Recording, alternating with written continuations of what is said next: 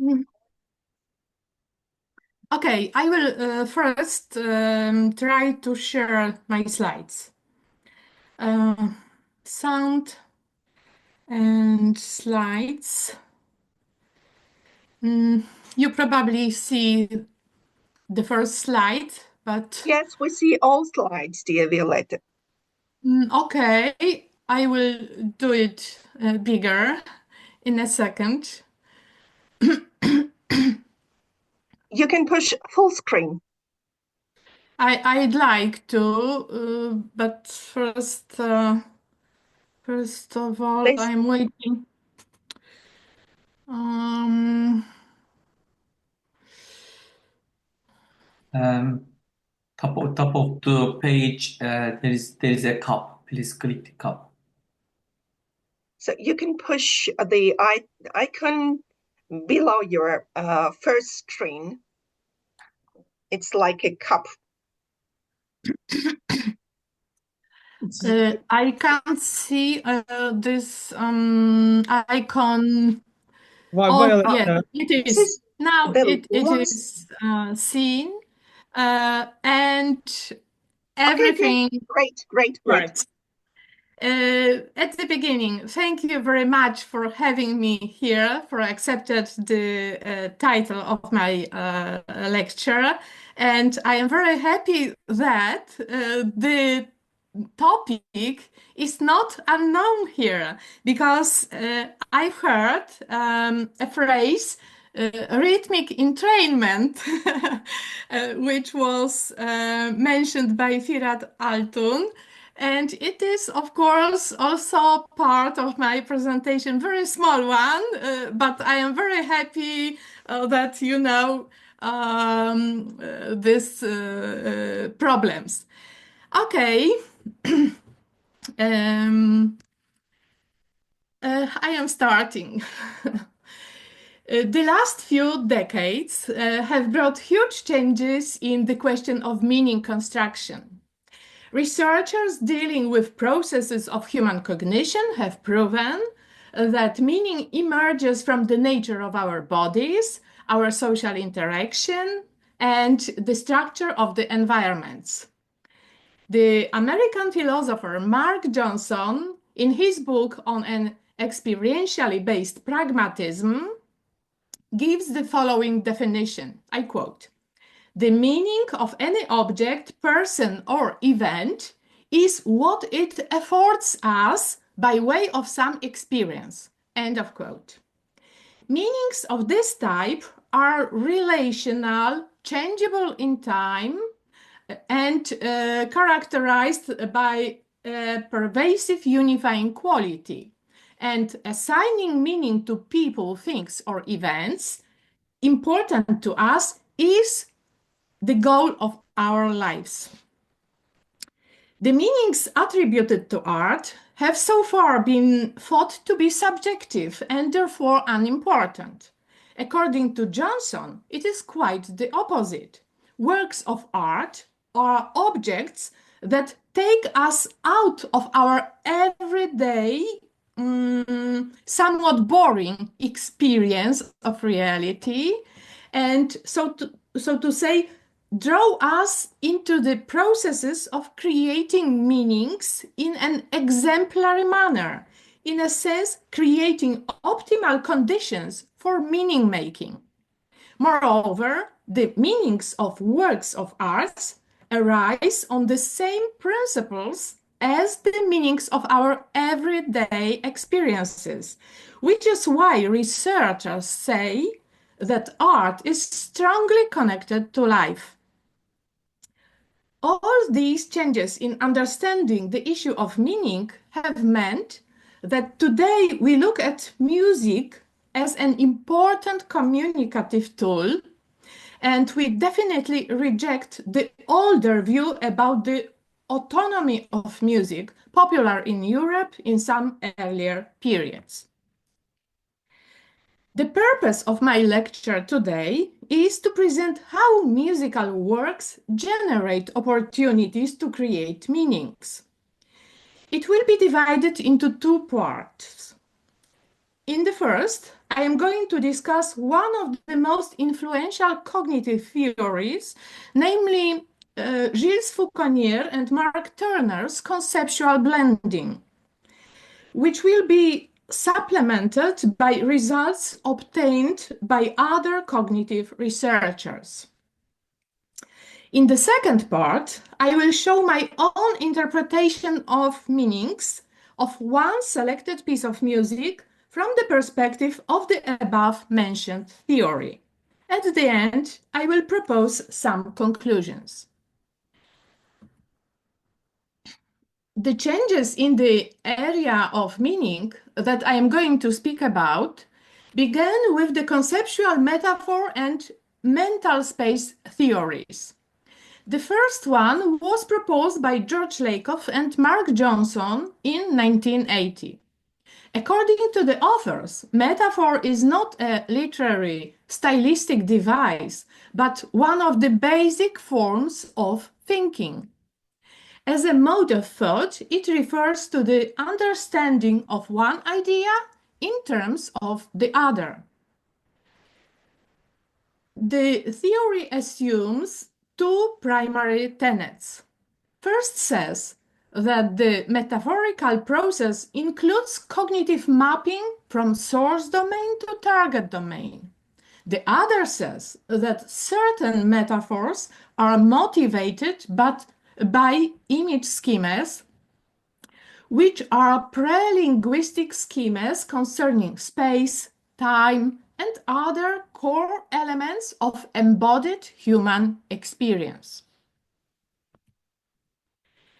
At about the same time, research on mental spaces began, initially conducted mainly by Gilles Fauconnier.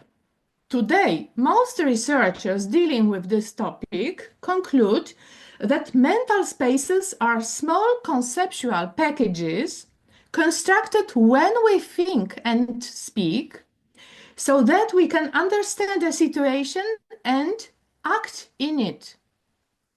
The mental spaces are partial sets of elements, sometimes reliably structured, with the elements corresponding to activated sets of neurons and with the connections between elements corresponding to neurobiological bonds. Mental spaces are dynamically created in working memory, but they can also become embedded in long-term memory. It is already known that a single mental space can draw from a variety of sources, from one or two conceptual or more than two conceptual domains, from direct experience, or even from what we learn from other people. Expanding the idea of conceptual metaphor and mental spaces, Gilles Fauconnier and Mark Turner invented conceptual blending theory, which in full version was released in 2002.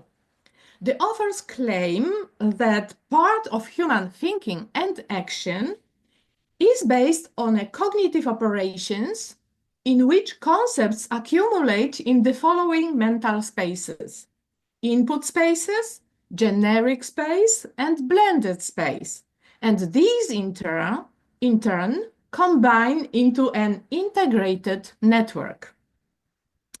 Given that the thought process is complex, Fauconnier and Turner translate part of it into a conceptual integration network diagram, in which circles representing mental spaces are connected by lines, suggesting that human thought moves freely from generic space to inputs and to the blend, but also in the opposite direction.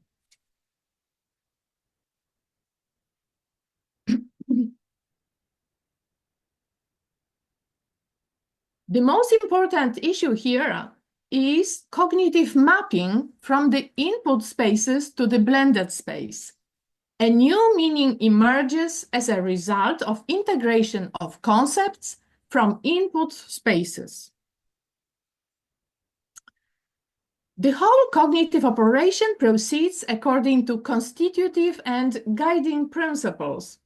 One of the most important constitutive principles states that some of the concepts of one input space have their equivalents in some of the concepts of the other input space.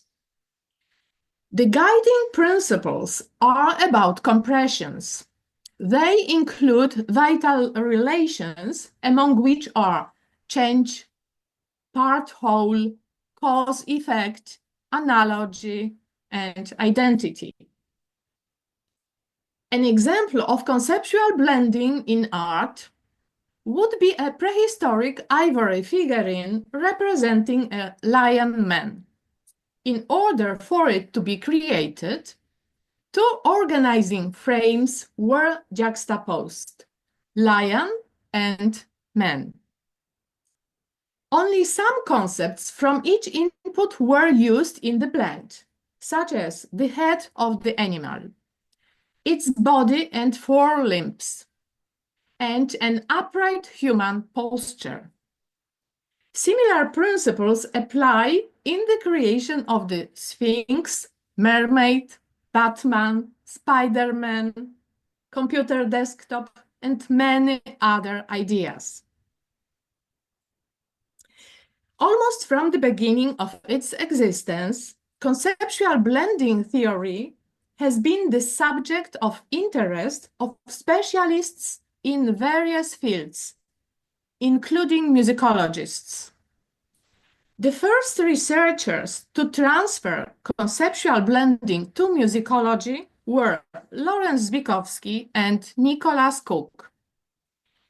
Zbikowski focused his attention on explaining such issues as categorization and cross-domain mapping, and gave many examples of musical meanings, starting with the most obvious ones, called tone painting, is equal with the musical settings of such words as ascending and descending. Nicholas Cook transformed the presence of the blends in the context of instrumental music, such as the beginning of Beethoven's Ninth Symphony. Later, a group of Greek musicologists proposed the division into intra-musical meanings and extra-musical meanings. Some of them, Kostas Tsougas and Dane Stefanou, gave interpretations of programmatic miniatures from pictures at an exhibition by Mussorgsky. Using cross-domain mapping, they first showed that the musical structure is the result of the blending of various devices, and then that extra musical meanings created by recipients are possible thanks to tangible correspondences between music and imagined things or events. Conceptual blending theory started off as a branch of cognitive semantics, but soon became a general theory of creativity in cognitive science.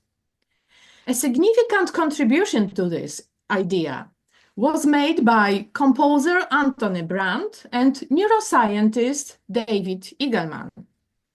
Writing on the creativity of artists and innovators in many different fields, they expanded Fauconnier and Turner's basic idea into three more specific ones: blending, bending, and breaking. Independently of Fauconnier and Turner and their followers, music researchers have conducted and continue to conduct their own cognitive studies that not only extend our general knowledge of music perception, but also of some general aspects of conceptual blending theory. One type of such independent research involves experiments and attempts to understand mental spaces themselves. Rolf Godoy, in research on music-related body motion, has documented that mental images of sound are closely related to mental images of sound-producing body motion, suggesting that mental images of body motion could actually trigger mental images of sound. In turn, Nicholas Cook, in his sonic ontology, based upon conceptual metaphor, conceptual blending, and aspect perception, claims that music is never alone. In other words, musical imagination is multimodal. To the basic question, why is it so, he answers, I quote, "Sound, as fluid and evanescent, resists shaping in its own terms, and so we shape it through associating it with other sensory modalities or with imaginary sonic objects." End of quote. The idea of multimodal musical imagination was lately reaffirmed by a large group of researchers from 4 continents in the collective work titled Music and Mental Imagery. The editors of the book, Kisner, Tarufi, and Floridou, write in the introduction, I quote, "When we listen to music, we may conjure up visual images, for instance, performing musicians or of natural landscapes in our mind's eye. Feel a sense of movement that corresponds to the temporal unfolding of a piece. When mental images in 2 or more modalities are formed and experienced simultaneously or in succession, this is what we refer to as multimodal mental imagery. What seems clear, though, is that all these mental images, visual, kinesthetic, olfactory, gustatory, and tactile, are an integral part of musical experience, highlighting that multimodality is a central feature of music-related mental imagery." End of quote. Lawrence Zbikowski and Serbian researchers attempted to illuminate specific aspects of conceptual blending theory with musical examples. Zbikowski observed that the most important vital relation between input spaces in the context of music is analogy. Instead of the term vital relation, he prefers to speak about analogical reference as opposed to symbolic reference characteristic for language. I quote, "In brief, analogical reference obtains when a token, which could be a sequence of sounds, a physical gesture, or a drawing, shares structural features with some other entity or phenomenon." End of quote. In a number of publications, he has shown that musical practice makes intensive use of analogical reference, and in particular, reference to dynamic processes such as emotion processes, physical gestures, or the patterned movement of dance. In turn, Serbian researchers dealt with the issue of image schema, which in the conceptual blending integration diagram is situated in a generic space. Image schema is defined as a recurrent pattern underlying conceptual activity, something like the notion of path, standing at the basis of the idea that music is progressing. We gather such experiences from our earliest childhood, and they include image schemas such as space, path, verticality, center, balance, force, containment, cycle, and many others. Although cognitive scientists have been studying image schemas since the end of the last century, they have only recently begun to include music. The hypotheses put forward by Serbian researchers are very interesting. One hypothesis is that not just one image schema is involved in every part of the thought process concerning music, but several at once. While the second hypothesis is that scale is a highest order parameter indicating the intensity of the schemas involved. Their claim that studying complex image schemas is easier in music than in language is very promising. In addition to these specific issues, music researchers have also developed two elaborate theories, the contents of which were formulated under the influence of conceptual blending theory. The earlier one is Mihailo Antovich's work on musical meaning from the perspective of multi-level grounding. The author is convinced that the idea of cross-space mapping should be combined with the idea of grounding box is equal interpretive context of conceptual conceptual mapping, like the knowledge of persons, circumstances, and events needed to properly interpret a statement.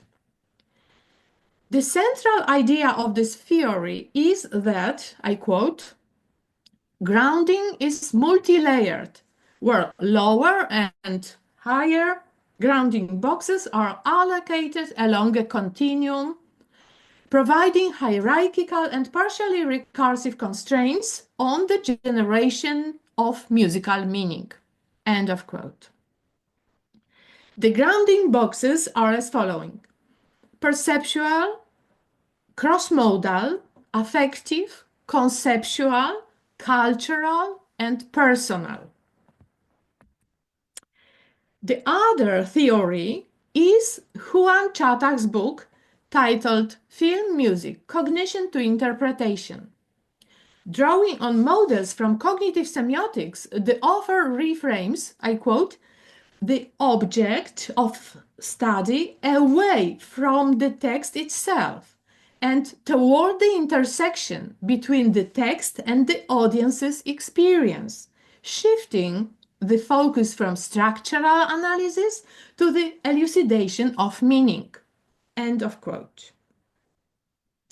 He constructs a comprehensive framework to explore the various mechanisms that elicit musical meaning within a film, called shortly ESMA MAPA, where each abbreviation means empathy, schema, metaphor, affordance, memory, archetype, and personal association.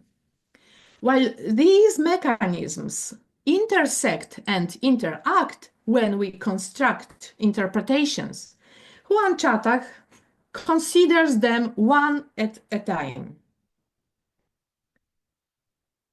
At the end of this theoretical part, I would like to mention that less than 2 months ago, on my initiative, the International Conference Meaning of Music took place in Gdańsk. The aim of this conference was to collect statements on the subject of meaning-making processes from cognitive approaches. It was attended by 50 participants from 20 countries, including 8 keynote speakers whose names were already mentioned in my lecture.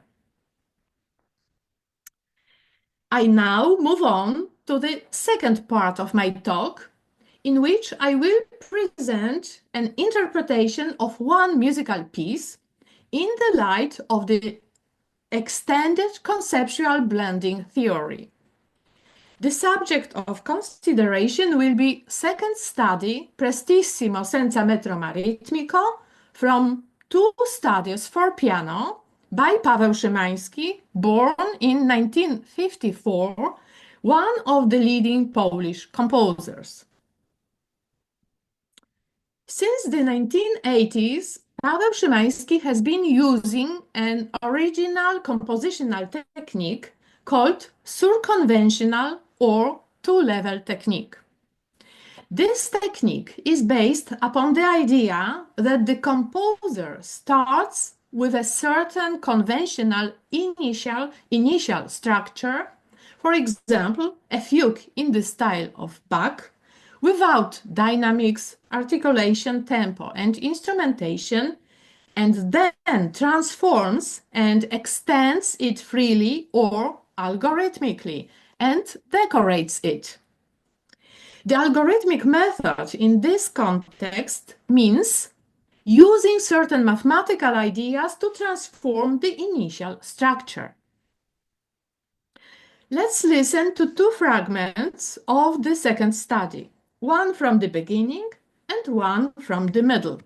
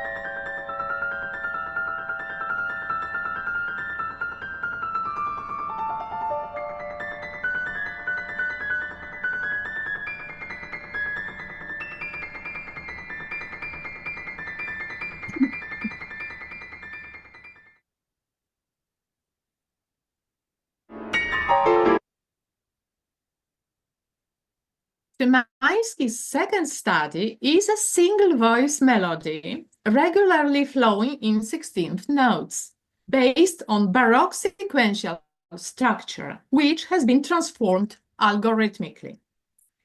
The form of this piece is very unusual. A section of familiar music is followed by a section of unfamiliar music, and this happens very regularly. Upon closer examination, one can grasp that the form of this piece contains alternately of quasi-Baroque sections and modernist sections.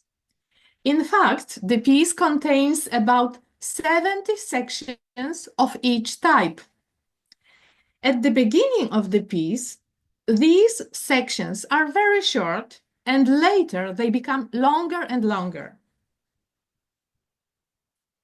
Both the genre and compositional technique of the second study could suggest that it will be perceived by listeners as a self-referential work, but nothing could be further from the truth. On the slide, you see a list of meanings created by music critics from Poland and abroad. Let's read them all. The titanic floats of sounds. The study looking for a melody only to lose it and find it. The idea of a single voice fugue. The study is an arabesque. A kind of disturbance in time. Time stops, although paradoxically there is intense happening. There is a constant pulsing energy causing it to spin lines around its own axis. The study is crystalline, passages like glass beads. Everything directed all the time to a higher space towards the sun, the sky, or maybe God. A sense of reverberation, like in some chapel from old days. Maximum emotion, hypnotic effect on the listeners. It would be possible to, at least partially, justify why the above associations came about, but instead, I planned to present my own process of creating meanings of this work. I started with two findings.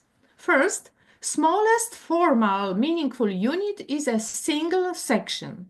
Second, because there are two types of sections, each with a different structure, it is necessary to analyze semantically at least two sections of different types. I will discuss process of meaning making of two adjacent sections from the middle of the work. The first chosen section is a quasi-Baroque section stretching from the 62nd staff to the 63rd staff. It includes a tonal melody with doubling of each note. The melody is in the key of F sharp minor and is moving towards the tonic. At the end of staff 62, a melodic tonic chord appears, and at the beginning of staff 63, there is a movement of 8th, 7th, 8th degrees of the scale. While listening to this section, two mental spaces open in my mind: a physical movement and a musical event.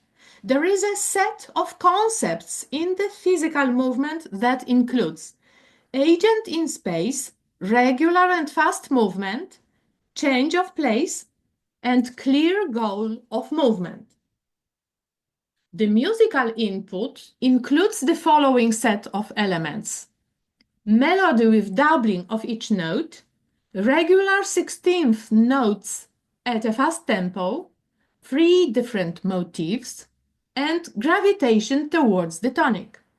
As one can see, the musical elements correspond nicely with the physical elements. What both inputs have in common is a pair of two basic image schemas, path and goal. Thus, one gets a conceptual blend resulting in a new meaning, a musical movement like a fast run with a precisely defined goal. It should be strongly emphasized that the phrase "a musical movement" is a product of our imagination. We have known for a long time that a musical movement is not real but imagined, and we can talk about it because we have experience of our own physical movement in space.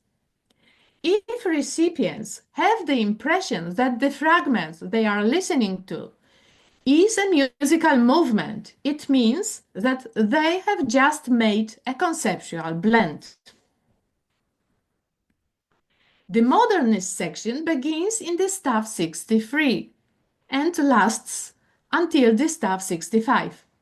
It is one voice melody with many indirect repetitions of individual notes and no clear direction of development. I associate this section with some fast physical movement not leading to a new place. For example, spinning in a circle, running on the spot, or pounding an electric treadmill. The last idea will be used to the semantic interpretation of the chosen section. The relevant conceptual integration network related to the modernist section includes two inputs: the physical movement and the musical event. They intercorrelate as follows. An agent on an electric treadmill runs parallel to the musical structure with indirect repetition of notes.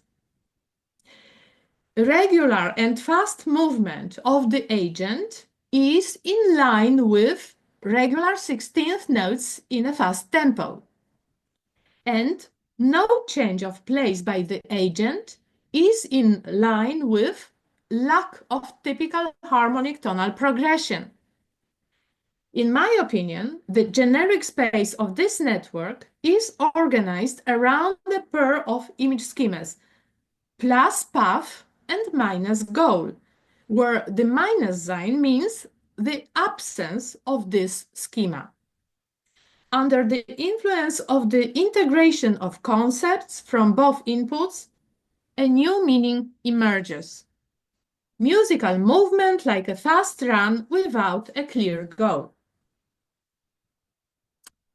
All the quasi-Baroque sections of the second study differ in details, and the same can be said about the modernist sections. But these differences do not prevent the creation of a meaning for the entire study. In my semantic interpretation, the study is a quick movement in two alternating manners, running with a clearly defined goal and running without a clear goal. Conclusions from my lecture are as follows. First, cognitive scientists assume that the meaning of any object, person, or event is what it affords us by way of some experience. Second, we know more and more about how meaning is created And the theory that best explains this thought process is conceptual blending. Third, cognitive science research on meaning in music, conducted since the end of the last century, includes theoretical issues and interpretations of works from the area of classical, popular, and film music. Compared to other disciplines, such as linguistics, our musical research of this type is developed, but not advanced. Fourth, my own research consists of integrating all achievements in the field of conceptual blending into one coherent theoretical approach and using this final integrated theory to interpret individual pieces of music. Fifth, I most often interpret the works of Paweł Szymański because his music perfectly represents artistic output of our times, in Europe called postmodern music, postmodern times, and is very popular in Poland and abroad. In my interpretations of his works that have been made so far, I have managed to create local meanings and also total ones. Sixth, it should be emphasized that due to Szymański's original compositional technique, which brings works with very coherent material, there are no musical topics, archetypes among the local meanings, but there are total meanings, which is rather rare in the art of music interpretation. Seventh, what is the purpose of my work? On the one hand, it is to create meanings of musical pieces, which I consider one of the most basic tasks for communication between people.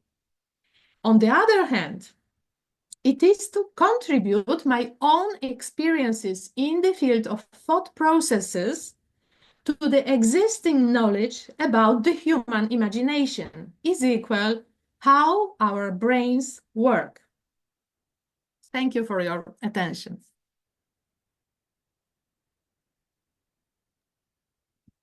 Thank you, dear Violetta. This was fascinating presentation and too many ideas, too many new ideas. And thank you for this great amount of information. And I think that I was in Poland 2 years ago in Gdansk, and I think that it was worth coming to Poland just to get to know Szymański's music. And I also present this composer to Georgian musicologists and to Georgian composers, and they were shocked. And too many meanings. And I think that the core of his music is understanding these meanings. So thank you for this brilliant presentation. And I think that audience have some questions, so feel free to ask questions if you have some questions. I'm eager to jump in with a question. Thank you, Violetta, for this very, very inspiring talk. Of course, I was also at that Gdansk conference, and I can vouchsafe for everything that Violetta said about that conference. Now, I'd like to ask many things, but let's see. With this conceptual blending, that's how our brain works. Okay, but does music have some special predilection for conceptual blending as compared to some other human activities, and particularly some other forms of arts? No. This is short answer, but longer one is that the inventors of this theory, Fauconnier and Turner, showed us many examples in their book from 2002 from very different fields. And there is, of course, mathematics, paint, yes, films, literature, also technical inventions. And now, if you want to know how many fields are engaged for looking and testifying how it works in their fields, you can go to Mark Turner's own page, and he documents all these fields. So we can say shortly that we have one mechanism which can be useful for many disciplines.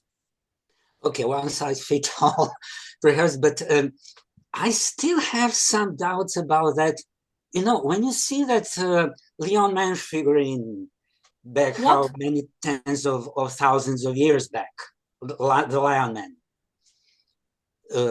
this figurine from Paleolithic period. Okay. You can very easily see that it is, you know, one part is human, the other part is lion, and they're not really so much blended as combined, as opposed to some musical examples where you can see absolute perfect blending of all kinds of disparate things. So I still think there is something special about music. And of course, the fact that even mathematics is dependent on that, I grant that. But I think the role of that in mathematics doesn't compare with the role it has in music. So we might sort of think in that direction. And of course, there is just one question. I'll give the floor to other people afterwards. How does this relate to narrative theories, particularly in the sense that source path goal is something very important in this approach? And that's basically, you know, the classical narrative pattern or structure. Okay, I will try to say about three things, because what you mentioned is very important. So first, the figurine, why I showed you this example. Turner and Fauconnier gave us this example to prove that we had this mechanism in our brain, I mean human beings, of course, about 40, 50,000 years ago. And it was an example, a proof of it, that it is very easy blending. I agree, but in those times, people created these kind examples. Okay. And then you mentioned that music is very special in this creative process called conceptual blending. Maybe you are right, but nobody documented it. So be first. Please, Serbians are very good at this job. Do it immediately. I will tell you why it happened before. I mentioned Antony Brandt, whom you also met in Gdańsk. He wrote this book about people's creativity using this conceptual blending method and broadening it a little bit. But I have this book on my shelf, and I will tell you that it is very difficult to show lay people, not musicians who knows the note scores, etc., how it works. What is the core issue in it? Because lay people do not read scores usually. So he, in his book, even if he is a composer, did not use many musical examples. It was, I wanted to explain, and now your last question, real question about narrative theory, and is this conceptual blending close to narrative theory or not? I do not know very well linguistics theories on narrativity, but I also know from works by Lawrence Bikowski, who also was in Gdańsk, you met him, Of course, that it is not obvious that we can create narrative story about a piece of music. Usually, if musicologists till today, I am exception, I will tell you, and I will give you why. If they did create meanings of music, they were usually based on fragments of pieces of music.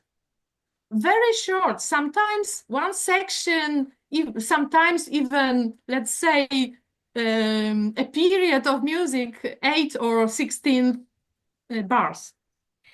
At the end of my speech, I mentioned that I can create a narrative, whole story for the piece of music. In Gdańsk, I showed three such examples.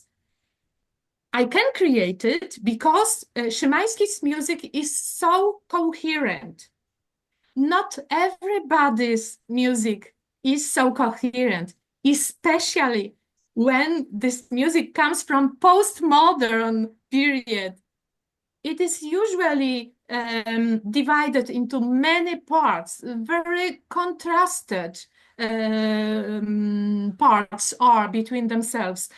And it is very difficult to connect these different ideas into one main idea.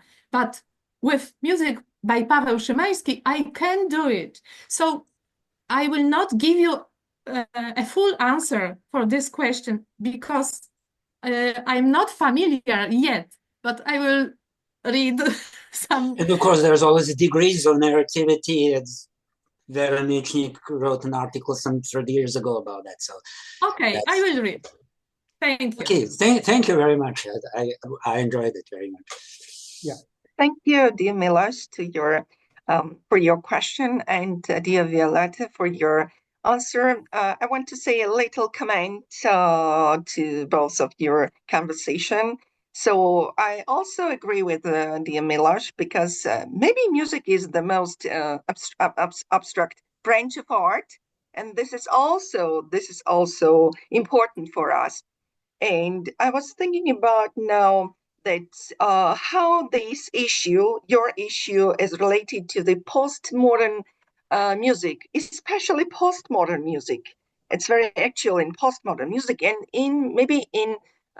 concerning rhetoric figures in Baroque music. And now I was thinking about some eco music samples of Murray Schafer and Pauline Oliveros or Anya Lockwood in their music. So it's very important to find the interconnectedness between your issue and between these composers' eco samples.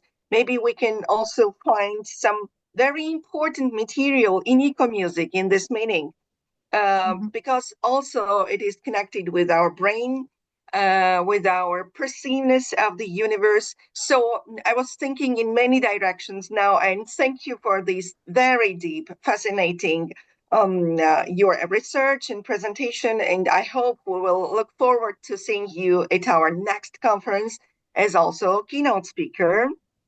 So now we have a break. If audiences have some questions, okay. Yeah, I have some questions to answer. And first of all, I would like to thank you to Violetta for this thought-provoking, especially thought-provoking presentation. So I have some questions.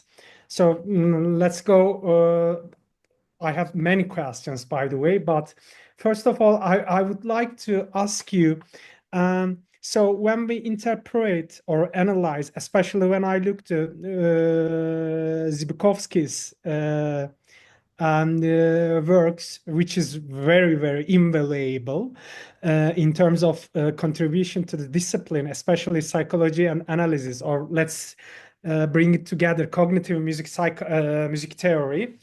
So Zbykovsky had lots of criticism about being too hermeneutics about the analysis. In addition to that, I always feel that there is a terminology used in this, especially in the composition and theory, context-dependent interpretations. So is there any relation, do you think that, is there any relation about the, or let's frame the question more focusedly. Do you think we forget, especially cultural variability, when we derive meanings when we listen music? Because as we know that there is lots of theories which has also very influential contribution in this field. For example, statistical learning by Leonard Meyer and David Huron, which is also, especially most of people thinks that Meyer's and Huron's theory is related to the emotions, but actually it is firstly rooted on the inferences from the musical meanings. So how we, because they relate meanings to the emotions, they theoretically relate this. So nowadays we know that statistical learning, for example, has really great influence on the inference of or deriving musical meanings when we listen music. After that, we have distributed cognition, cognitive approach, which is really also, it's really aligned with your aims. So you mentioned that how our brain works or how our brain is. So distributed cognition approach also with the contribution of Marc Lemons and also Matt Kussner's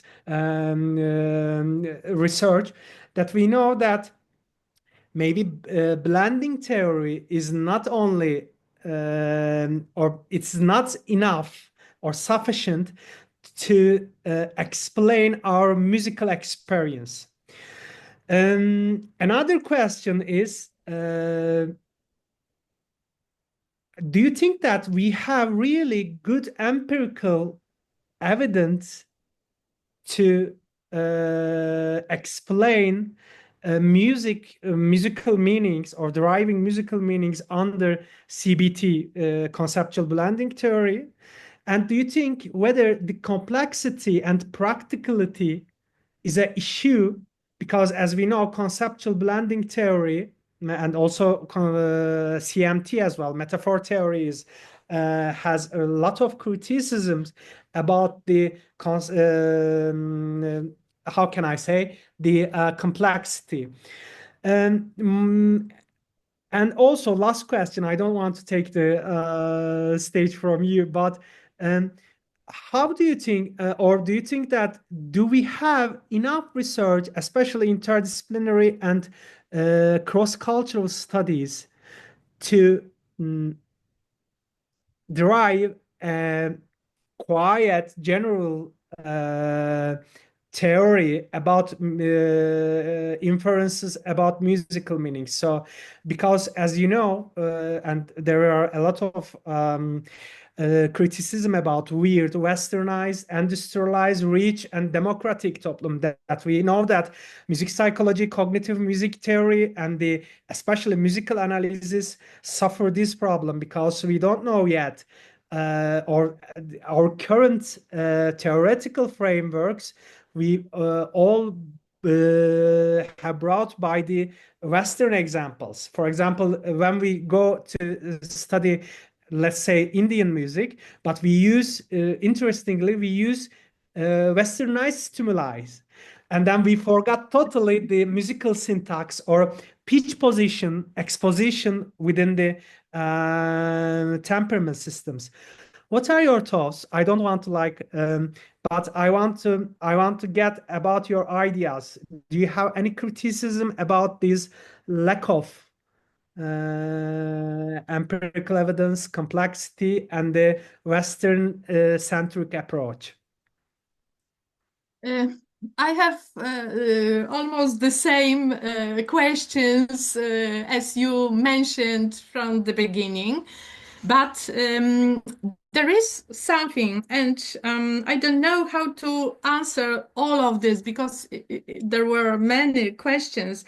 Probably I will, I collected main ideas, okay? Four ideas to say to you. You mentioned that in previous time, people, scientists,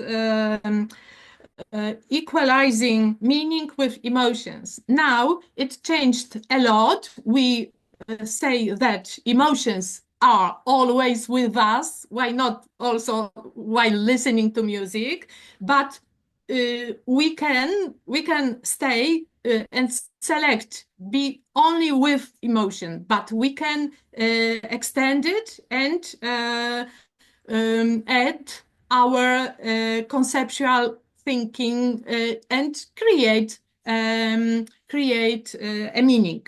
So that was one I thought is important. Then you also mentioned empirical evidence. Do we have enough of them? I think that the answer, it is too early to say a full answer for this, but see that around the world, people are speaking about music in their own words, phrases, using their own imagination. If they are not musicians, they will not use these technical issues to say some other people how he experienced this music. And this is interesting that it happens all the people around the world. Doesn't matter Indians, Raga, or Europeans, or Turkish, or other people. So I think that we have to put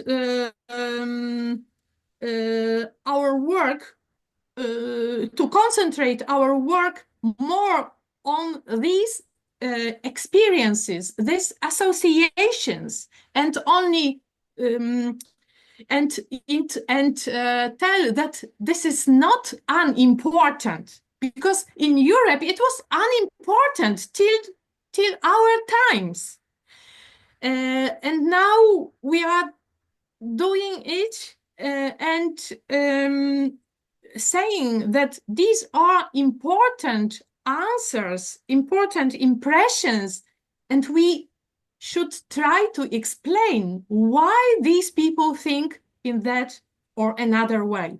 Juan Chatach, in his book about film music, writes about personal associations. They are around the world, and we should concentrate our research on it. What else? Yes, it is very difficult what you said about that between cultures are big differences. I don't know the answer, because there is no such research done till this moment. We in Europe concentrate on European music. You should concentrate on your own and try to do next step. And when the music around the world will be researched in this way, then we only can give the answer if it is universal. Yes. Yes, some difficult questions. Thank you. If I may just jump in a little bit, since Violetta already drew attention to distinction between meaning and emotion. I would like to draw attention to the fact that you mentioned David Huron.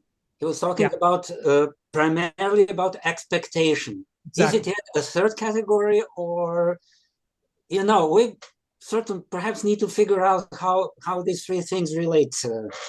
Exactly. I think so. When I read,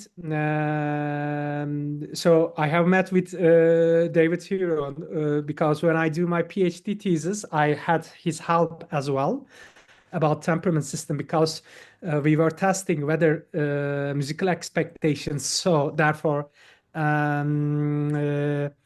emotions, whether temperament system has an influence on the emotion inferences when we listen music. So we compared two different temperament systems, but indeed, as you said, Miloš, I think statistical learning, to me, as far as I read, to my knowledge, statistical learning seems that, or the how can I precedator of the meaning, driving meaning. So therefore, when we look to the multifaceted structure of music, and then the cultural variation, so it's naturally and logically means that if statistical learning is a crucial player on our expectation and therefore our musical meanings derivations, so then cultural musical surfaces also have an influence on the musical meanings.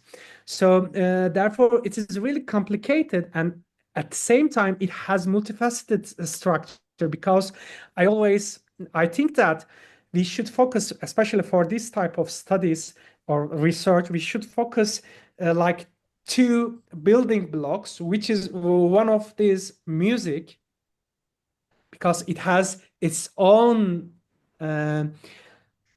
structure, and then human, and a human because also multifaceted. Violetta's study and research is very valuable in terms of like combining or like questioning this type of maybe derivation of musical meanings. I don't know whether, I guess maybe statistical learning is very strong theory in terms of driving meanings, but we should, as Violetta said, we should focus maybe and then try to find a universal. For me, for example, brainstem reflexes is an universal feature of maybe let's talk about emotion, but also maybe musical meanings as well. So it's really fascinating talk. Thanks for your contribution, Violetta. Thanks to all of you. And one more comment. I was thinking about dear Violetta's words about Asians must investigate their music, Europeans their music, and then we combine and we can find what is in common. And now I was thinking about one additional thing. Imagine during Soviet times, Soviet people, Soviet composers, when everything was forbidden, how they do double coding in music. And maybe we should use this principle, Violetta's principle of this investigation, to understand what was Soviet indoctrination of music, because it's also very interesting issue. How Soviet composers, against the repressions and everything was forbidden, used this indoctrination, this double coding. So they were writing something and what other people perceive and what other people hear in this music. So maybe this method will be used in researching of Soviet music that was indoctrinated. So it's also important. Thank you to all questions, and thank you to Violetta. It was thought-provoking, and I have also too many questions, too many questions. But I hope that we'll meet next on the next Congress with your new keynote speech. And now I see we have some 2 hours or minutes before next session. Maybe make a little short break, 5 minutes, and then start the next session. Okay, thank you. Thank you once again for this great speech, dear Violetta. Thank you. And thank to all of you.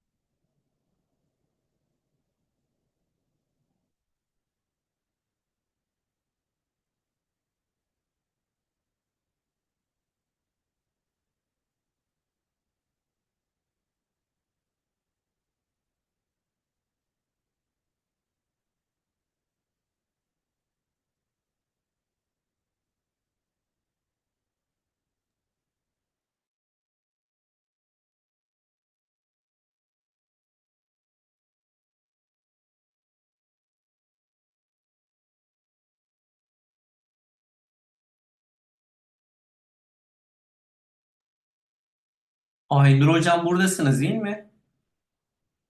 Evet. Aynur Hocam burada. Zehra buradasın değil mi?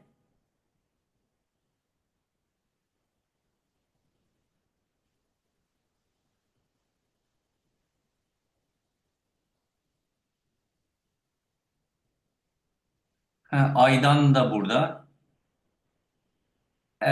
Zehra.